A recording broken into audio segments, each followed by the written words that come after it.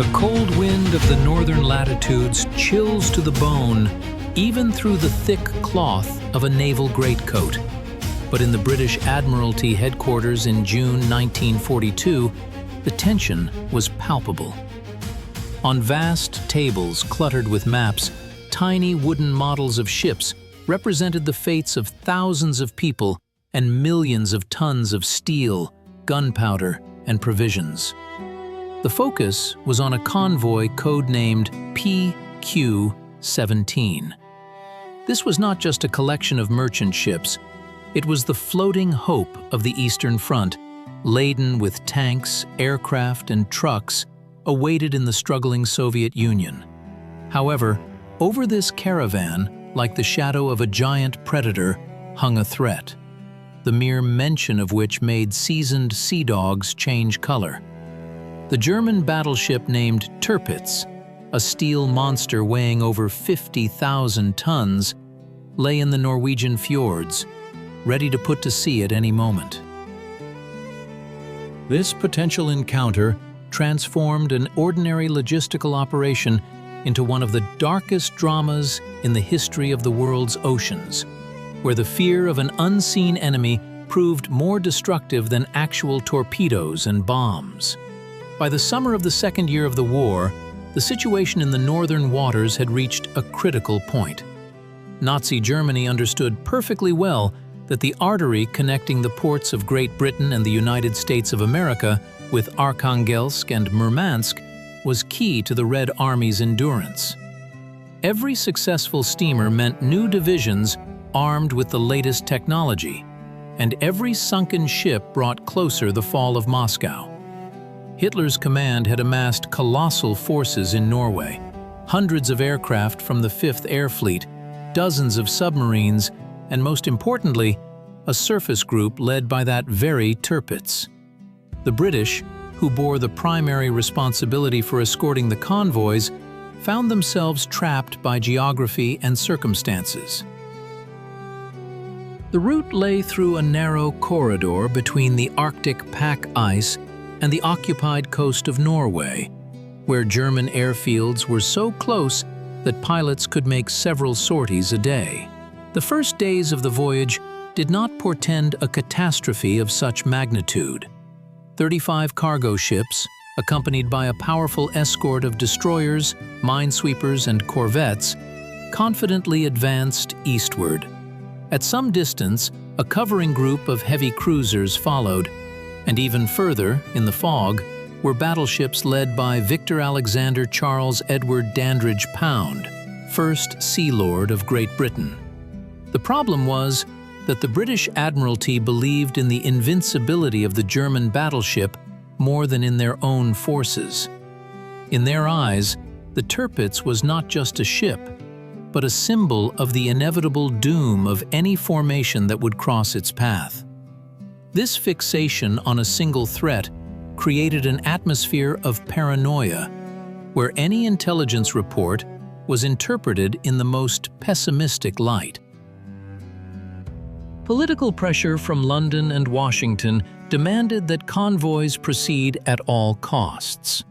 Joseph Stalin, in sharp telegrams, insisted on increasing supplies, reminding the Allies that the main burdens of the war were borne by the Soviet soldier.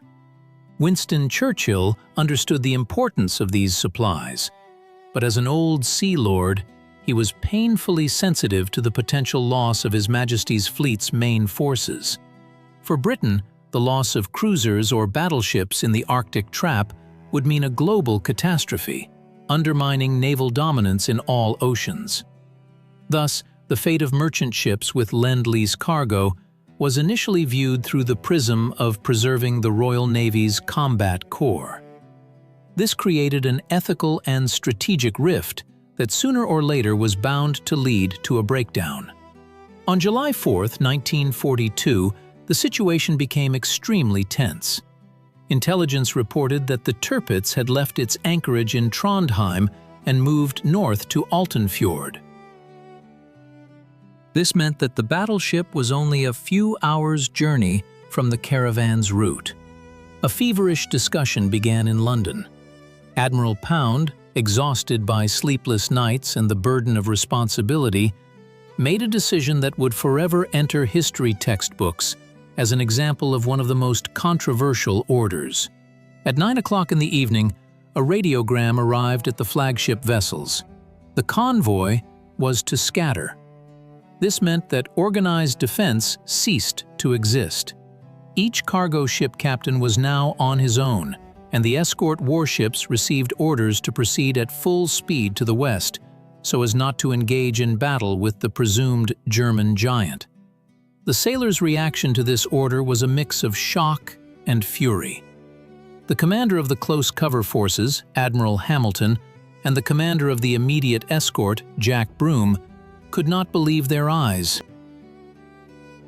To withdraw destroyers and cruisers, leaving defenseless transports in the middle of an icy ocean teeming with enemy boats, seemed an act of madness or cowardice. But discipline prevailed. The warships turned around and at 30 knots disappeared into the fog, leaving behind 35 ships loaded with explosives, fuel, and equipment. A deathly silence reigned on the bridges of the transports.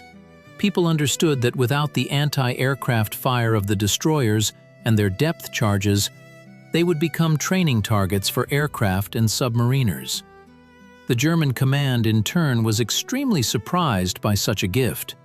The operation, called Knight's Move, aimed at intercepting the convoy by surface fleet forces, had not yet fully begun. The Tirpitz had not even managed to go out into the open sea to attack when its main target voluntarily abandoned its defense. The Luftwaffe and the submarine fleet received ideal hunting conditions. At dawn on July 5th, the sky over the Arctic was filled with the roar of engines. German pilots, encountering no serious resistance, methodically selected targets. Huge transport ships, fully loaded, turned into fiery torches after being hit by bombs or torpedoes. The water, whose temperature was only a few degrees above zero, left no chance for those who tried to escape in lifeboats or by swimming. The tragedy escalated. Each ship tried to find salvation alone. Some hugged the edge of the pack ice, hoping for fog. Some tried to paint their sides white to blend in with the icebergs. But German reconnaissance planes found them everywhere. Submarines, lined up in a screen, torpedoed one transport after another. Within a few days, the ocean turned into a graveyard of equipment and human lives. Of the 35 ships that left Iceland, only 11 reached their destination ports. Over 400 tanks, 3,000 trucks, 200 aircraft, and about 100,000 tons of other cargo were lost.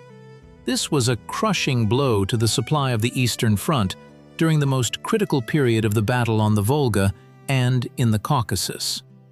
Looking at this conflict from the perspective of external facts, we see a clash of two military doctrines. The British Admiralty acted within the concept of preserving the fleet's existence. For them, the Tirpitz was a chess piece that, by its mere presence, tied up enormous Allied forces. They could not risk losing their battleships, as this would open the Atlantic to the Germans and jeopardize the very existence of Great Britain as a naval power. From this cold, strategic point of view, sacrificing the convoy was a lesser evil than losing the main fleet in a general battle under unfavorable conditions. However, this logic completely ignored Allied obligations and the psychological effect of such a step. At an internal, personal level, the story of PQ-17 is a story of breakdown and moral crisis. Admiral Pound, in making his decision, was guided not only by maps, but also by the state of his health, which at that time was undermined by a serious illness. His subordinates, who saw the situation on the ground, experienced unbearable bitterness. Escort officers and sailors felt like traitors when they abandoned the vessels under their charge. On the transports themselves, people showed examples of incredible courage. For example, the crew of one of the ships fought off aircraft for several days using only light machine guns and managed to save not only their ship, but also to pick up survivors from other vessels. The personal stories of captains who refused to succumb to panic and continued on course for Murmansk contrast with the armchair indecisiveness of the high command. The ideological conflict here is much deeper than just a dispute about tactics. It is a clash between the principle of collective security and national egoism. By abandoning the convoy, Britain de facto acknowledged that the interests of its fleet were higher than the lives of allies and the outcome of battles on land. This created a deep rift in relations between London and Moscow. The Soviet leadership perceived the defeat of the convoy not as a military failure, but as a conscious act of sabotage, or a manifestation of weakness of will. The philosophical paradox of the situation was that Tirpitz, without firing a single shot at the convoy, fulfilled its mission 100%. The very idea of its existence destroyed the command structure of the Allied fleet and led to the destruction of the convoy by the hands of the British themselves, or rather, by their orders. The moment of transformation came when it became clear. Tirpitz had returned to base without engaging in battle. It turned out that the Germans themselves feared British carrier-borne aircraft and did not want to risk their only large battleship without absolute certainty of success. Operation Russelsprung was halted almost immediately after it began, as Hitler personally forbade risking heavy ships. Thus, the British were fleeing from a phantom. The tragedy of PQ-17 was the result of an informational vacuum and a false interpretation of intelligence. It was a turning point that transformed a military operation into a farce with a bloody outcome. If the convoy had continued in formation under the protection of destroyers, losses would undoubtedly have occurred, but they would not have amounted to 2/3 of the caravan's composition. Organized air defense and anti-submarine defense would have forced the Germans to pay a heavy price for each attack. The climax of this drama came in the ports of arrival. When the battered, burnt ships entered Kola Bay one by one, they were met not by triumphant orchestras, but by heavy silence. Soviet sailors and port workers, aware of the scale of the losses, looked at the survivors with bitter sympathy. At the same time, in London, the scale of the reputational catastrophe was realized. Attempts to justify it by the need to preserve the fleet ran up against the dry figures of losses. Stalin, in correspondence with Churchill, directly stated that the British Admiralty had shown a misunderstanding of its duties. This episode paralyzed Arctic supplies for many months, as trust between the Allies was undermined, and the British temporarily abandoned sending large convoys via the northern route. The resonance of this story is felt even today. The tragedy of PQ-17 serves as an eternal reminder of how the fear of a potential threat can paralyze the will and lead to a catastrophe surpassing the threat itself. In modern conflicts, we often see similar patterns: decision-making based on distorted information, prioritizing self-preservation over common goals, and underestimating the enemy while overestimating their individual tools. This is a lesson that in moments of crisis, loyalty to duty and to one's comrades is not only a moral choice but often the only correct strategy for survival.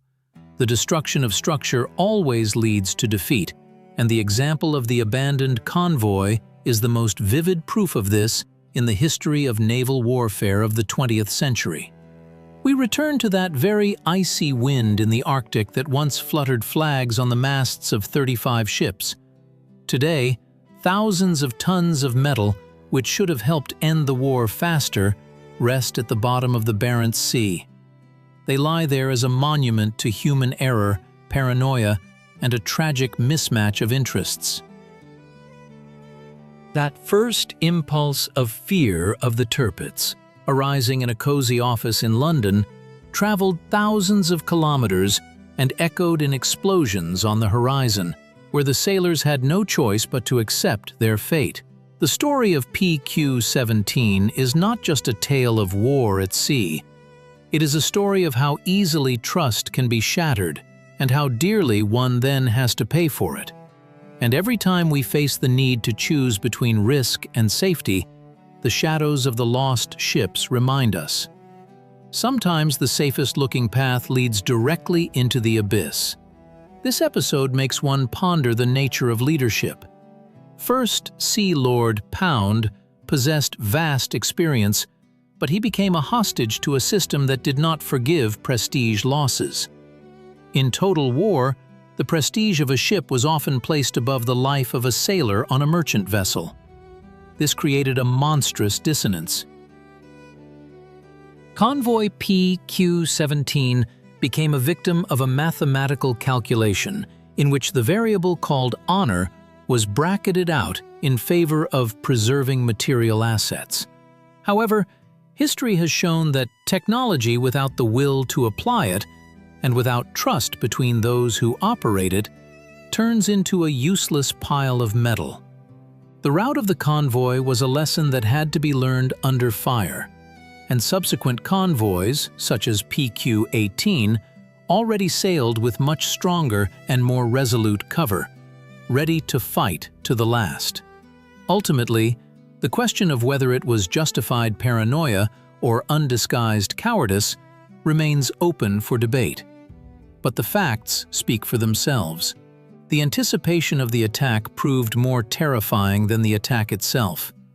The Tirpitz achieved its greatest victory without even approaching within cannon shot of the enemy.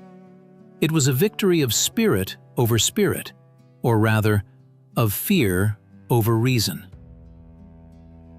For us, living in the 21st century, this story remains an important warning that unity and fidelity to obligations are not empty words from history textbooks, but a foundation without which any, even the most powerful system, is doomed to collapse at the first serious test.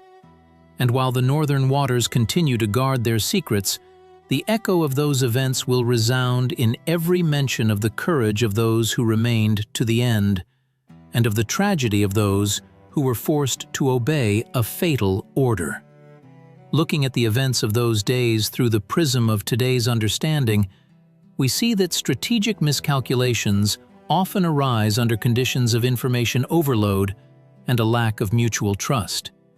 The allies of the anti-Hitler coalition were united by a common goal, but divided by deep ideological and geopolitical differences. These cracks in the foundation of the alliance appeared at the most inopportune moment. The British command, accustomed to the role of mistress of the seas, painfully perceived the need to act in the interests of a land power, which it had only recently viewed as a potential adversary. This internal resistance, albeit unconscious, influenced the decisions made, making them more cautious where decisiveness was required and more rigid where flexibility was needed. When we speak of 30,000 symbols of history, we speak of thousands of moments, each of which could have changed the course of events. What if intelligence had been more precise? What if Admiral Pound had shown more trust in his commanders on the ground? These questions are not subjunctive, but they allow us to better understand the mechanics of the catastrophe. It is important to note that after the tragedy of PQ-17, the convoy organization system underwent radical changes. It was recognized that dispersal was a death sentence, and in the future, tactics were built on maximum concentration of forces.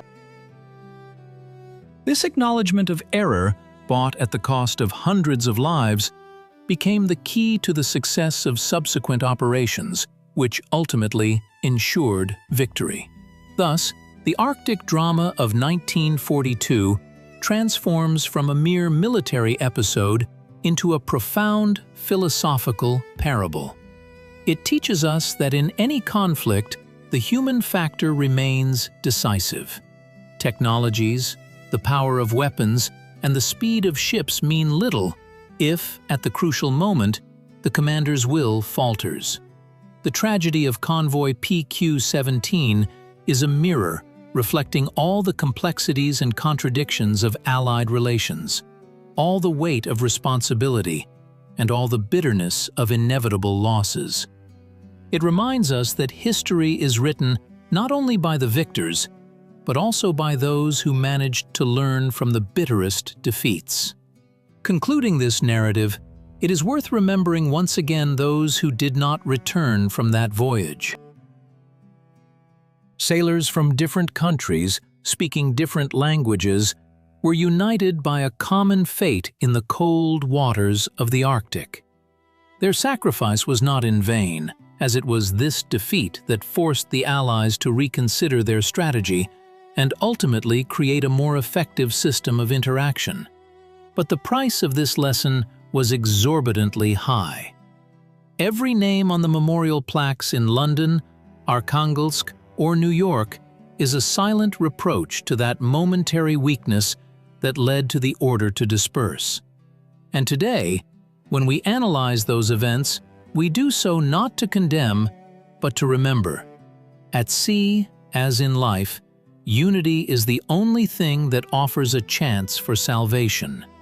The emptiness left after the escort's departure was filled not only with the sounds of explosions, but also with an incredible manifestation of the human spirit.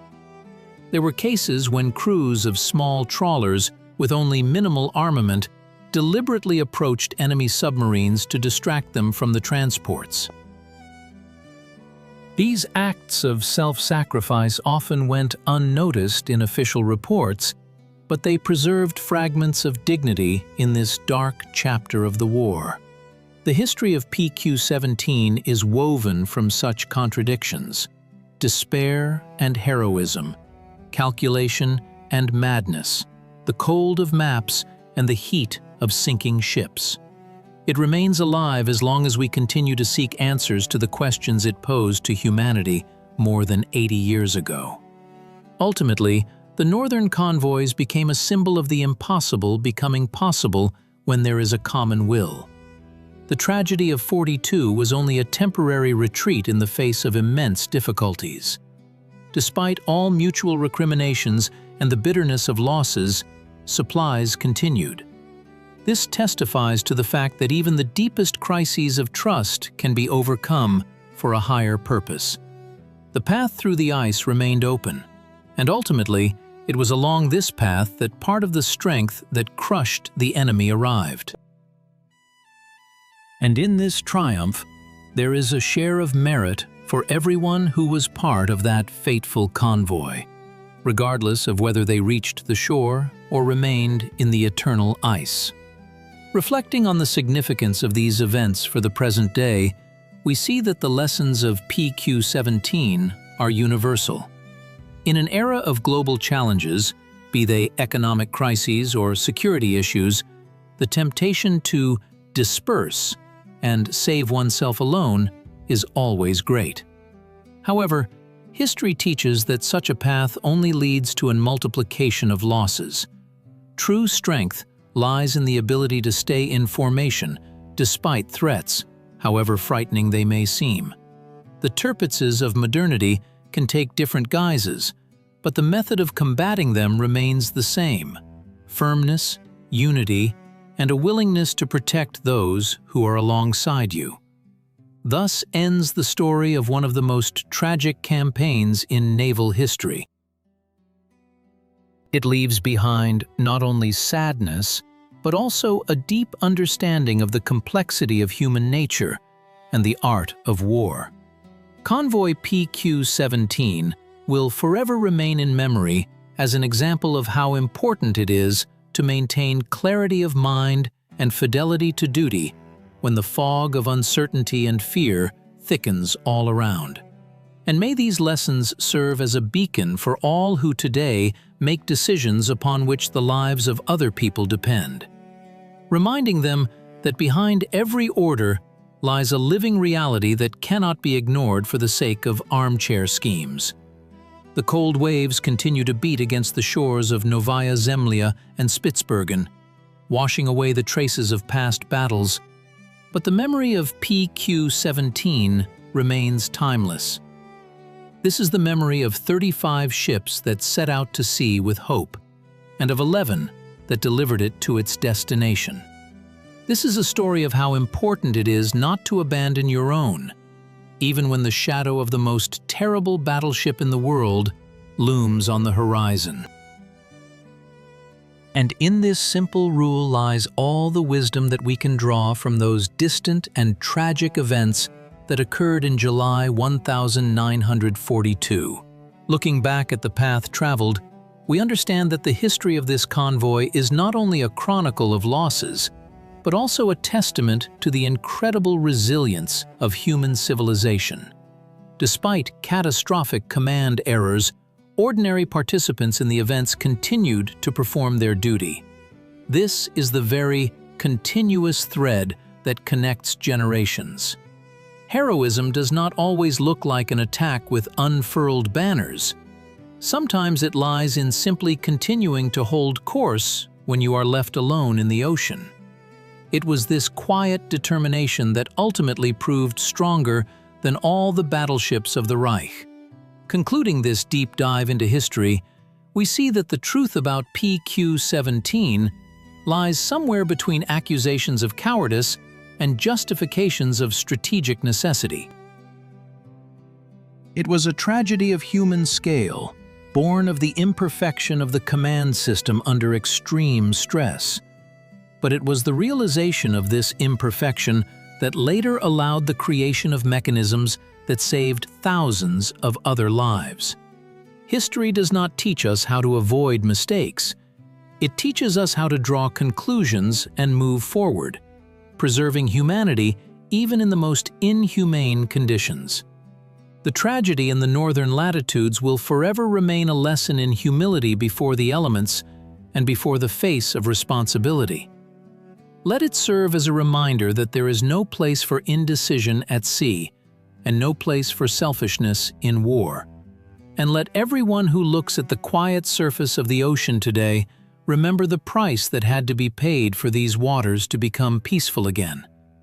The history of PQ-17 is our shared burden, which we are obliged to carry, so as not to allow the repetition of such mistakes in the future, when new shadows arise on the horizon of our common path.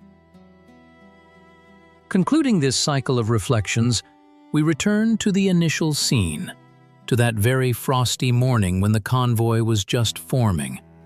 All the hopes and fears of that time have now become part of the chronicles.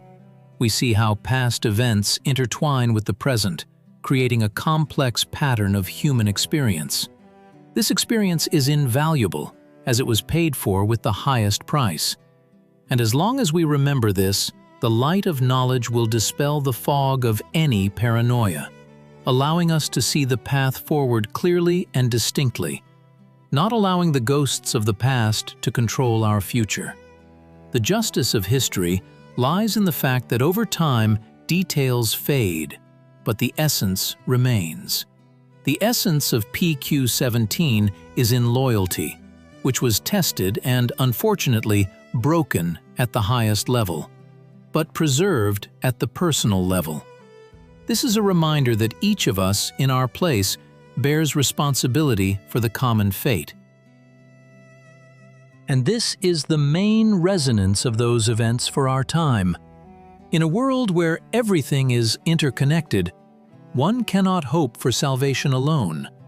Only together, holding formation, can we pass through any ice and any storms to the intended goal. The narrative comes to an end, but the story continues to live. It is in books, in archives, in the memory of the descendants of those sailors. It is in every new ship that passes along the same route. And every time the name PQ-17 is spoken, it reminds us that even in the darkest times, one must maintain faith in one's allies, and in the righteousness of one's cause. This is the only compass that will never fail in the stormy sea of history. Finally, it is worth noting that the Arctic convoys became a unique example of international cooperation in extreme conditions. Despite all disagreements, people of different nationalities worked for one goal. The tragedy of 42 was only a painful episode in this great process. It could not stop the flow of aid. It only made it more conscious and protected. In this lies the great victory of life over destruction. And in this lies the main outcome of the entire history of the Northern convoys, which will be relevant as long as people strive for unity, for peace, and freedom. May these lines become a tribute to the memory of all participants in those events. History has put everything in its place. Ships rotted, orders were analyzed and condemned, but human heroism remained. It shines brighter than any northern lights over the cold waters, pointing the way for future generations. And in this light, we see that even the heaviest defeats can become the foundation for future great victories if we find the strength to admit mistakes and move forward without losing hope. Thus, we conclude our journey through the waves of memory. PQ-17 is not just a page in a textbook. It is a living nerve of history that continues to pulsate, forcing us to empathize, argue, and learn. And in this continuous process of cognition lies the meaning of turning to the past, to build a future free from the shadows of past fears and mistakes. I wish you always to maintain clarity of vision and strength of spirit, no matter what fogs time may envelop you in. May the example of those who passed through the ice of the Arctic inspire decisive actions and fidelity to their principles. History continues, and each of us writes our own chapter in it.